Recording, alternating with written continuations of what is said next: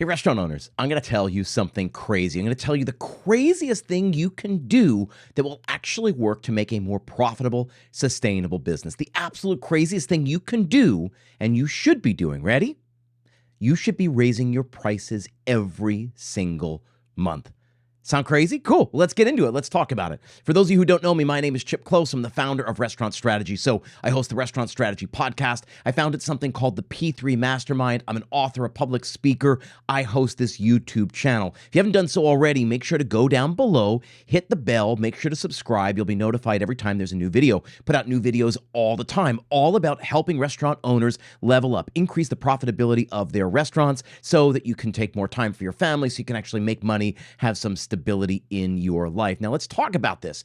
One of the words I hate, one of the phrases I hate most when it comes to our industry is this idea of razor thin profit margins. This idea that we hang on, right? That we're like some bug hanging onto the windshield, just trying to make a little bit of money from our business, which is insane. There are tons of ways to make money. There's tons of ways to make a living and support your family, right? If running a restaurant is too hard, if you're not making enough from this, then stop doing it.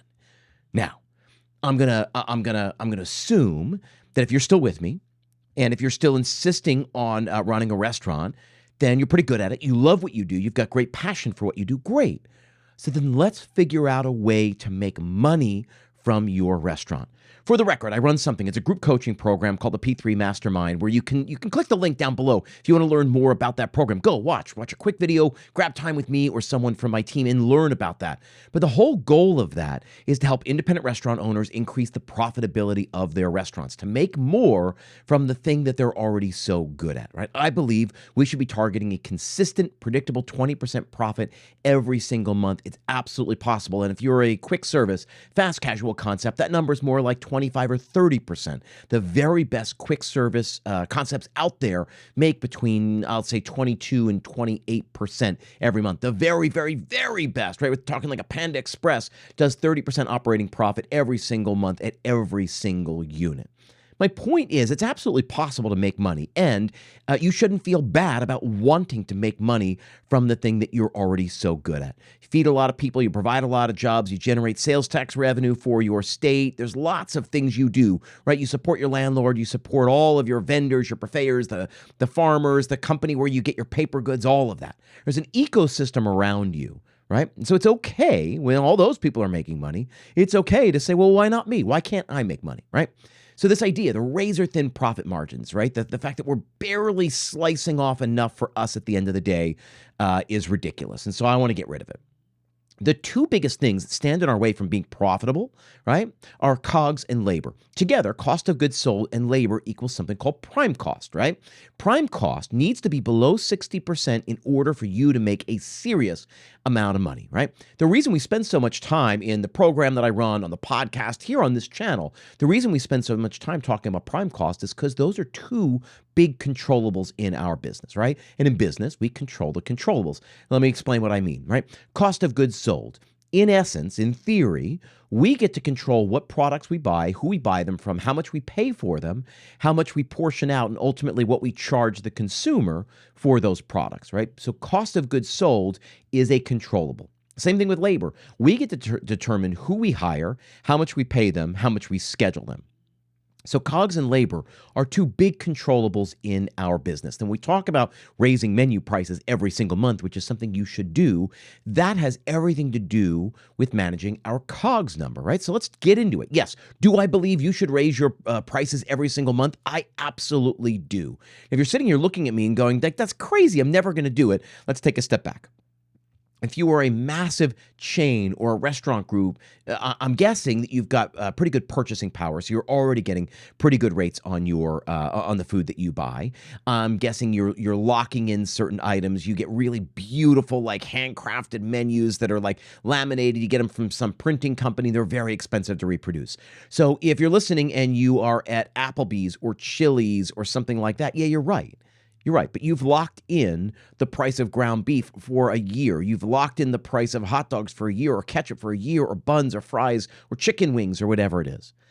But for the rest of you, I'm guessing you are independent restaurant owners. And so you are you are swept up in the whims of the market, right? The price of chicken wings go up, your purveyor, your distributor is going to charge you more for chicken wings. So then what do you do, right? And I know a lot of people are like, well, I really don't want to raise prices. And so here's the thing, right? Here's the thing. When we say, I don't want to raise prices, it gets us into a bad habit, right? We're saying, because really the underlying assumption there is, I don't want to raise prices. When it's too expensive, then people will no longer come. And that may be true. But that just means you have not properly groomed your consumers to expect regular price increases. Guess what? The supermarket has done a really great job over the last, I'll say 100 plus years of grooming consumers to expect certain fluctuations in prices, right?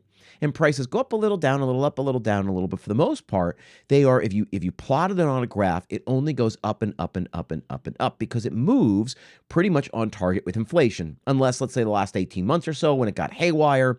And so it moved way different. It was separated from the rate of inflation, right? This sort of goes back to exactly my point. This is why you should be changing your menu prices every single month. Now, let me explain what I mean. Do you raise everything on your menu by 5% every single month? No, absolutely not. It's absolutely stupid. What you do is something I call popcorning prices. So every single month, you are going to increase prices on your menu, but not your entire menu. This is really, really crucial. So every month, rather than sitting down and going like, oh, should we raise prices? You sit down and you go, well, we have to raise prices because that's Chip's theory. And there's validity to the popcorning prices mentality. We say, okay, so we're going to raise prices. What items will we raise prices on? And that becomes crucial. So if every month you are committed to raising prices on, let's say, 5 to 10% of your menu, not a 5 to 10% increase on everything on your menu, but an increase on 5 to 10% of the items on your menu, right? And by keeping really good track of your real-time plate costs, understanding the fluctuations in eggs or chicken wings or butter or potatoes or whatever it is, that will tell you which items you're going to raise the prices on and by how much. So we are always managing the margins that we make from our food. And so when the price of chicken wings go up and up and up and up, we're going, man, that's the first thing I'm raising prices on in 3 weeks when it's time to raise prices. When you do this, when you get in this mentality, it's so much easier to conduct yourself because you really do come to the table and say, what are we raising prices on? So every single month, you should be raising the prices on a portion of your menu, right? 5%, 10%, 15% of your menu. And sometimes it might just be soft drinks. It's soft drinks and this dessert, or it's all well drinks, or just, bottled beer, or it's these 2 apps, these 2 entrees, and that dessert. Whatever it is, every month you sit down. You've got a lot.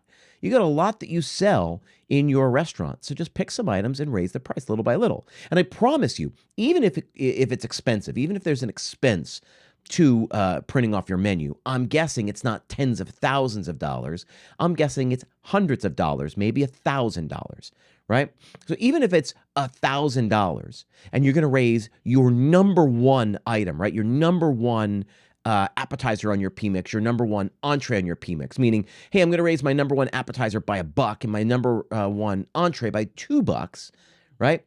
I'm going to guess you sold like 500 of the app. So that's 500 extra bucks in your pocket next month because I'm going to assume same amount of units are going to move next month. And if you raise the price on your best-selling signature entree by $2, right, and you sold 500, that's $1,000. So if it cost you $1,000 for the printing, you're going to make an additional $1,500, right? So even here, even when we're looking at the printing, the ROI on a new print should pay for itself when you do this right.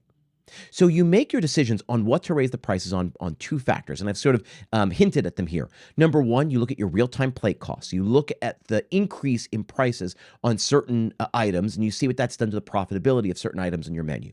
You never want it to fall below the target profitability, so those are the first items that go. And the next thing, you always look at your most popular items. Hopefully, your unpopular items are just getting chopped off. Every month, you're using this to also reconsider your menu. So, man, I put this new item on the menu. It's real stinker. It's not selling. Just chop it off. Just leave it. Lose it. Now, maybe you replace it with another item. Fine. But just lose it. And then raise the prices on your items that are no longer profitable or your items that are very, very popular. So you should be raising prices on your menu every single month, not all of your prices, but popcorn the prices. So what happens, you raise a certain percentage of them over the course of the year, then you will have raised everything. And it changes the way you approach your job. It changes the way that you think about profitability. You go, well, I'm committed to profitability so much so that I'm going to amend my menu prices every single month. What happens then? What happens is that your consumers, and I said this a few minutes ago, your consumers, you're starting to groom your consumers to expect little price increases, just like the supermarket does so well. You are going to raise prices little by little by little, maybe 50 cents or a dollar or 75 cents all over your menu, little by little by little. So they come to expect it. And it doesn't ding their favorite item every single month. It only dings their favorite item once a year or twice a year. That's okay, because they see other things changing. They're going like, oh yeah, oh look, coffees are more expensive. Oh, look, the iced tea went up. Okay. Oh, yeah, well, now it makes sense. My favorite chicken sandwiches also increased the price this month. Okay, well, great, makes sense. Yeah, I mean, it looks like they do little by little because they know that you have to run a business. That if you're no longer profitable, you're going to go, it's not worth it. Let me just shut this place down. And then they don't have their favorite chicken place. They don't have their favorite sushi place anymore. They don't have their favorite pizza place. So, point of this video is to convince you to raise your prices every single month. And you do this through this philosophy, this idea of popcorning prices. One final request, if you haven't subscribed already, make sure to click the bell below. You'll be notified every time there's a new video. And if you want to learn more about the program I run, the P3 Mastermind, the link is down below in the captions. Click a link, go set up time, chat with me or someone from my team. We'll talk about your restaurant. We'll talk about the program I run. Thanks, guys. I'll see you next time.